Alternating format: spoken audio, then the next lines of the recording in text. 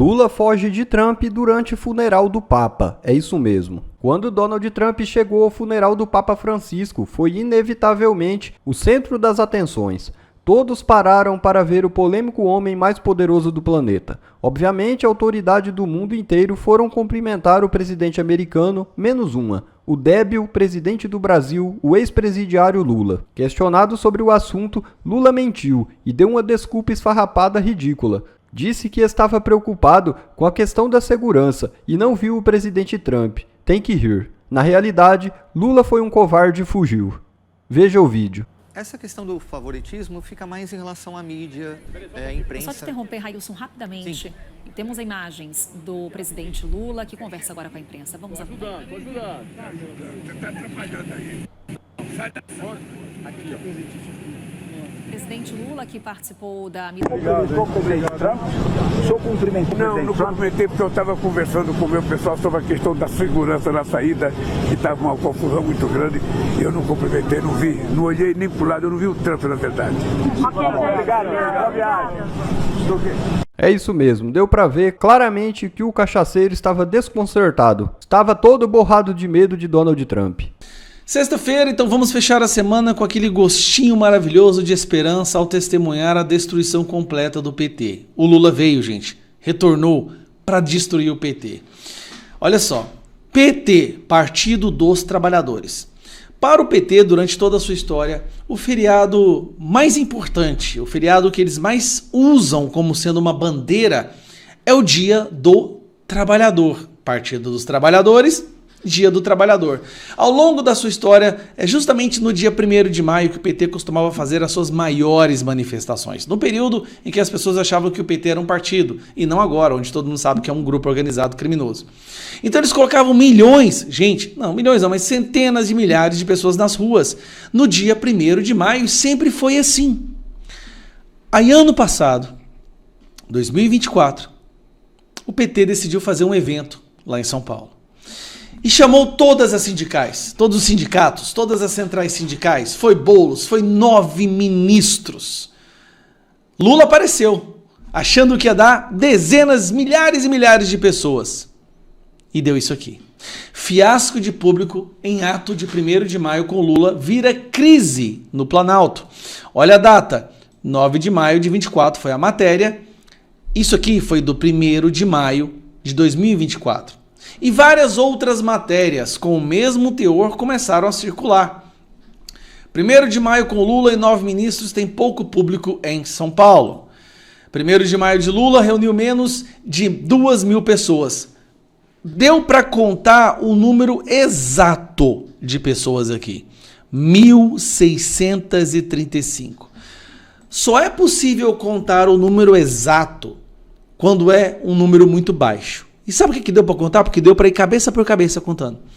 1.635 pessoas. Esse foi o número de pessoas que Lula conseguiu levar. Não só Lula, tá?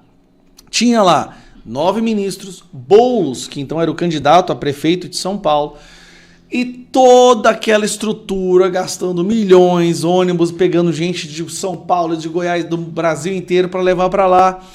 E deu 1.635 pessoas. Aí vem a situação. Tá chegando agora, mais uma vez, o 1º de maio. No 1º de maio de 2024, a rejeição do Lula não estava como está agora, não tinham explodido todos os escândalos de corrupção, não tinha explodido o escândalo do ministro tarado dele, da desmatamento da Amazônia. Não, ele estava até nas pesquisas mais ou menos. Esse ano, nós estamos falando de um Lula que tem 60% de rejeição. 60%. E aí, depois de muito debate, depois de muita discussão com aquelas mentes brilhantes do PT, e eu acho que dessa vez foi o Sidônio que interferiu, eles decidiram: Lula não irá em ato do 1º de maio em São Paulo após fiasco de público em 2024. Aliados do petista dizem que que não participação da CUT em ato foi decisivo para a falta de Lula nos eventos. Querem colocar a culpa na CUT. Né? A culpa é minha, eu dou para a CUT que eu quiser. A verdade é fiasco. Lula teve um fiasco tão grande em 2024 que a sua equipe não teve outra saída. O governo não tem outra saída. O Partido dos Trabalhadores vai ter que ficar fora do Dia dos Trabalhadores. Então, como que esse partido... Parece piada. O Partido dos Trabalhadores não tem apoio dos trabalhadores. Está na hora do PT mudar o nome. Está na hora... PF, Partido dos Faccionados. PC, Partido dos Corruptos. PC, o PT tem que mudar o nome para PC. Pena que não tem o Dia dos Corruptos. Se tivesse, com certeza seriam dezenas de milhares de pessoas. Mas vamos lá. Presidente Lula não deve ir às comemorações do Dia do Trabalhador no próximo feriado de 1º de maio. No ano passado, de cima do palanque, o petista fez críticas sobre a falta de público no evento organizado pelas centrais sindicais do estádio do Corinthians, em Itaquera, na zona leste da capital paulista. Lembrando, e olha que os sindicatos agora estão ganhando milhões e milhões de reais, principalmente pelo INSS, roubando os velhinhos, né? O sindicato do irmão do Lula, então, tá ganhando uma fortuna. Rapaz, o sindicato do irmão do Lula é o que mais ganhou. Lembrando, olha só, presta atenção nisso aqui. Olha só como é que foi desde que o Lula assumiu, olha como é que turbinou as fraudes no INSS. Pois é, Lula, você podia ligar pro seu irmão e falar, rapaz, eu te ajudei a roubar mais de 100 milhões de reais aí, mandou umas 20, 30 mil pessoas, mas parece que nem assim o povo vai. O Partido dos Trabalhadores não vai poder celebrar o Dia dos Trabalhadores. Mas ganhou a eleição e não duvida não, viu? Se não tá preso, esteja preso e a Polícia Federal tá indo em sua casa, 6 horas da manhã. Essa aqui eu ri demais. Eu tava olhando agora uma pesquisa do Paraná Pesquisas, que saiu hoje. E todo mundo sabe, o Paraná Pesquisas hoje no Brasil é uma das instituições, se não a de mais credibilidade. É a que mais se aproxima dos reais resultados das urnas. E aí o Paraná Pesquisa fez uma pesquisa hoje sobre o Lula, com algumas perguntas interessantes. Teve uma que chamou a atenção. Na minha opinião, eu tô achando que o cara do Paraná Pesquisas já tá de saco cheio do Lula. Mas vamos lá. Vou mostrar para vocês essa pesquisa aqui e tem uma pergunta que você vai rir. Primeiro, normal, né? Percepção quanto à situação financeira. O dobro de pessoas acha que, entre melhorou e piorou, o dobro acha que piorou. Então nós temos 36,8% achando que a situação financeira de cada um, né, de cada pessoa, piorou. Aí vem essa outra pergunta aqui. Aí daí vem estratificação, mostra por faixa etária e tudo mais. Tá, os católicos aqui, ó, até os católicos estão de saco cheio, né, do Lula. A pergunta boa também, percepção quanto ao preço dos produtos no supermercado. Depois que o presidente Lula voltou a governar o Brasil. Cara, olha que lapada essa daqui. 73% diz que os preços aumentaram. 16 ficaram como está e apenas 7 diz que o preço diminuiu. Esse aqui é o quê? Esse aqui é o povo que trabalha pro PT, tá? Cara, 77% achando que os preços aumentaram. Não baixando, não, vendo, porque não é nenhuma opinião. Isso não é nem opinião, isso é a percepção de que os preços aumentaram. Agora, aí vem a estratificação, né? Olha como era antes, presta atenção. Em janeiro de 2024, 48% achou que aumentou. Agora, em abril de 2025, né, 1 ano e 4 meses depois, já foi para 73%. Olha o fim do governo aqui. Esse governo não tem salvação. Tá, aí vamos para a próxima pergunta, tá? Essa daqui. Percepção sobre a situação econômica até o fim do governo Lula permitirá que a maioria dos brasileiros compre picanha e cerveja com mais facilidade. Cara, essa aqui me matou. Essa pergunta me matou. Basicamente, você está perguntando assim, ó. Você acredita no papo do Lula ou da picanha? Aí, essa aqui. 68% perdeu a esperança da picanha. A picanha acabou, meus amigos. Acabou. A ilusão da picanha tá aqui, ó. 68% tá dizendo basicamente, olha, não vai ficar mais barato não. A picanha vai ficar mais cara, a cerveja vai ficar mais cara. Por que eles usaram especificamente a picanha e cerveja? Durante a campanha, o Lula sempre dizia, ele falava, o povo fica doido quando eu falo em cervejinha e picanha. Porque o Lula, você sabe, gosta de uma cachaça. Então ele usou isso em quase todos os seus discursos, em todos os seus comícios. Ele dizia que a cervejinha, a picanha, que o brasileiro ia voltar a tomar uma cervejinha gelada e uma picanha com gordurinha no final de semana. Resultado, 70%, vamos arredondar, perdeu a esperança. Não vai ter cervejinha, não vai ter picanha. Foram enganados. E a percepção, né, da cervejinha e picanha é essa. E é para a maioria mesmo, tá? Olha só. Entre homens e mulheres, normalmente as mulheres confiam mais no Lula. Até nisso aqui deu empate praticamente. Ó. Homens e mulheres estão igualmente vendo que não vai ter cerveja, não vai ter picanha. Acabou. Não vai ter nada de cerveja e nada de picanha. Tem uma pergunta que dá para voltar aqui, que é essa daqui. Ó. Aqui. Situação financeira. Foi a primeira pergunta. Agora vamos pegar a linha do tempo. Tá? A linha do tempo. Julho de 2024. 26,8. Aqui, ó.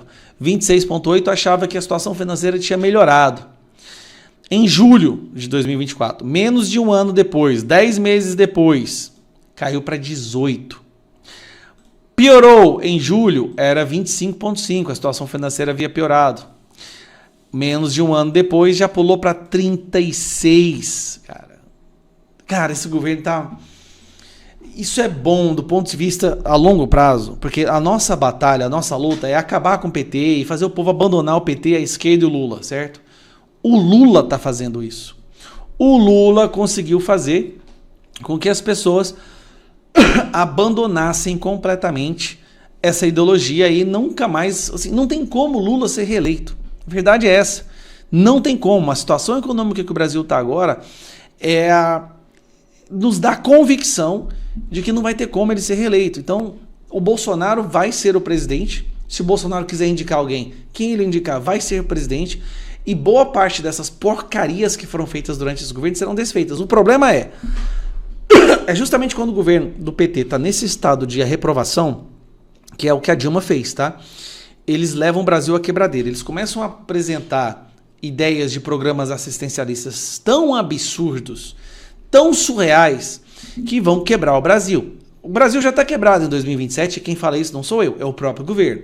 Eles já fizeram os cálculos e viram que em 2027 não vão ter dinheiro para pagar o básico das despesas, saúde, alimentação, saúde, educação, básico.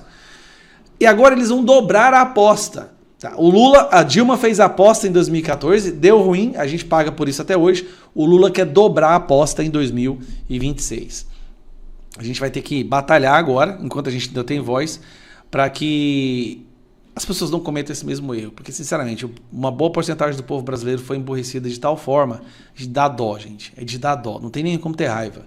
É de dar dó. Foram colocados numa situação de miséria, de uma posição tão desumana que elas acreditam em qualquer migalha.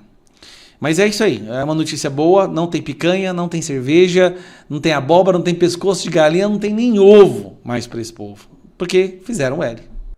Ministros do STF apoiaram a mais recente crueldade do ministro Alexandre de Moraes.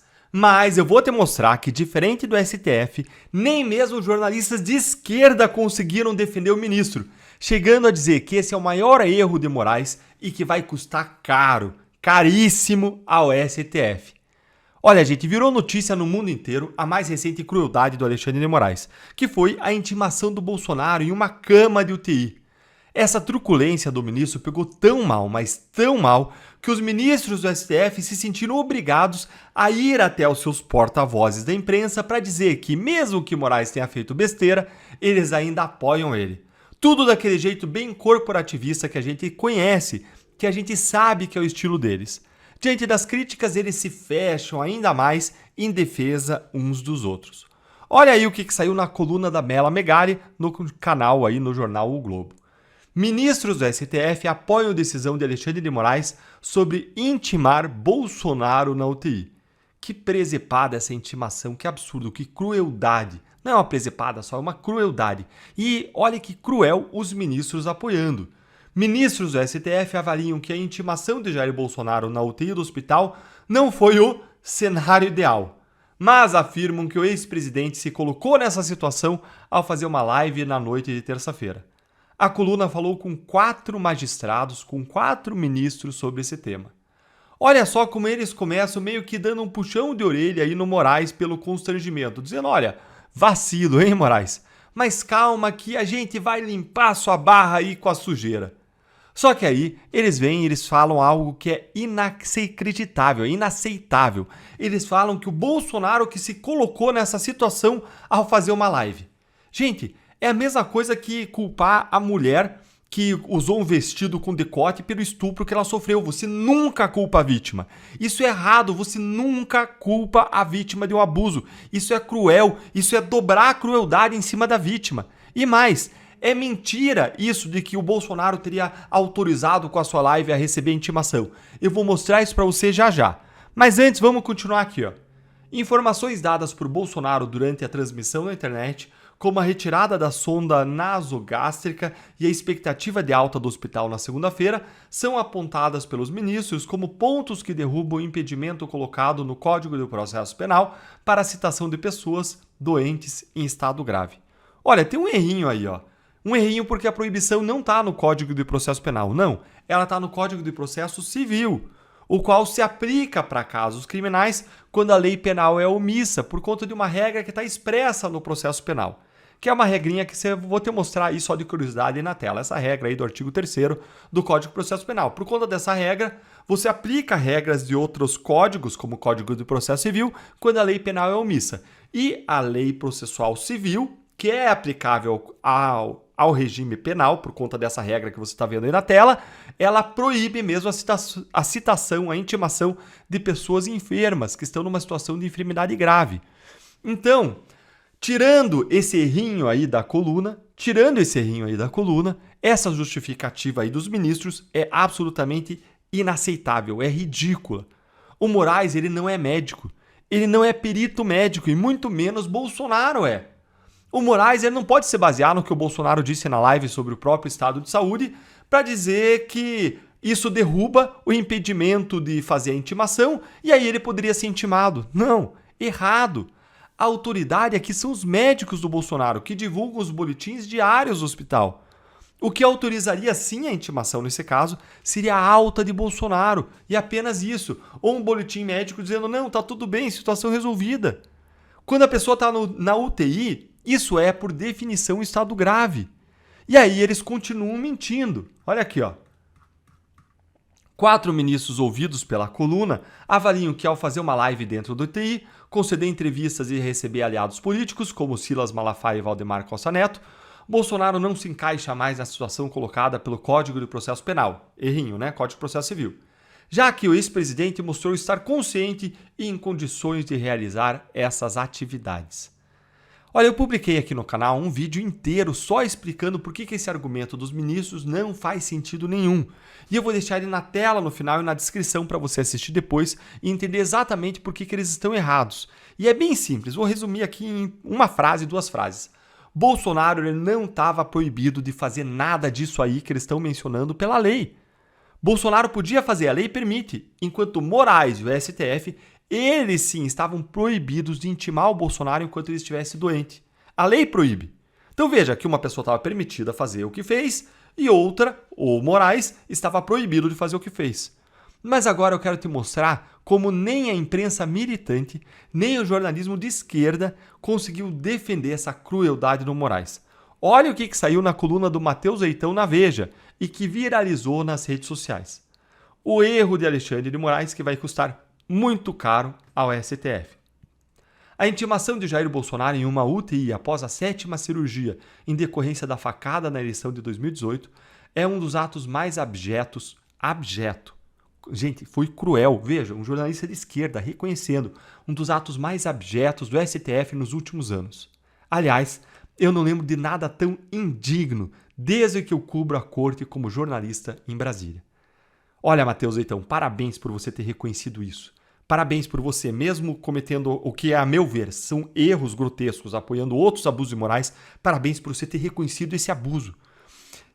Isso aqui foi realmente abjeto, isso aqui foi nojento, foi cruel. E segue ele dizendo, a decisão é tão ruim que foi necessária a divulgação de uma nota para explicar o motivo da intimação ser realizada no hospital com o ex-presidente preso a inúmeros aparelhos, convalescendo após 12 horas de uma cirurgia extensa e de grande porte. Existe uma máxima em Brasília. Quando um dos 3 poderes precisa se explicar diante de um fato, é porque o ato deu muito, mas muito errado. E deu muito errado, deu tanto errado, que até um deputado europeu pediu punições contra Moraes, Conselheiros do Trump também entraram em jogo e criticaram o ministro e também pediram punições. E o vídeo do Bolsonaro viralizou nas redes sociais até no exterior, como eu mostrei para vocês em um vídeo aqui mais cedo, que também vai ficar na tela aqui para você e na descrição para você ver depois. Agora veja como até o jornalista aqui da Veja admite que quando o Moraes faz esse tipo de coisa abjeta, para usar o adjetivo dele, a impressão que fica é de perseguição a Bolsonaro. Agora será, só será, que é porque Moraes realmente persegue Bolsonaro, Matheus Leitão? Será que isso é difícil de admitir? É claro que a razão é a perseguição real, olha aí. Quando o STF faz esse tipo de movimento de intimá-lo no MTI, a imagem que fica é de fato de perseguição. A corte, assim, acaba ajudando o ex-presidente a atingir seu objetivo. Daí porque foi um ato processual totalmente desnecessário. Gente, pegou mal, pegou muito mal, pegou tão mal que os ministros do STF eles tiveram que vir a público dizer que eles apoiam Moraes em mais esse abuso, em mais essa ilegalidade. Porque quando até jornalistas como Matheus Leitão, que apoiaram Moraes em tantos dos seus abusos, escreve uma coluna como essa, detonando o ministro, é porque o STF passou de todos os limites. Agora eu quero ouvir a tua opinião. Você acha que o Supremo ele vai apoiar crueldades do Moraes até quando, hein? O corporativismo ele tem limites? A gente já viu duas fraturas, duas rachaduras nessa muralha de proteção do Moraes. Fux e André Mendonça. Será que esse é só o começo de uma rachadura maior que vai se expandir e vai implodir esse paredão de proteção ao Moraes? Me conta aí nos comentários, curte o vídeo, se inscreve no canal, aqui é a sua casa, clica no sininho para você não perder análises como essa aqui e se torne membro do canal para você receber conteúdos exclusivos, além de ser uma forma muito gentil e bacana de você apoiar o nosso trabalho. Um grande abraço. Bom pessoal, esse foi mais um vídeo, eu espero que vocês tenham gostado. Se vocês gostaram, deixa o like aqui para fortalecer nosso canal. Logo eu volto trazendo mais informações da política para vocês. Um forte abraço, fiquem todos com Deus e até a próxima.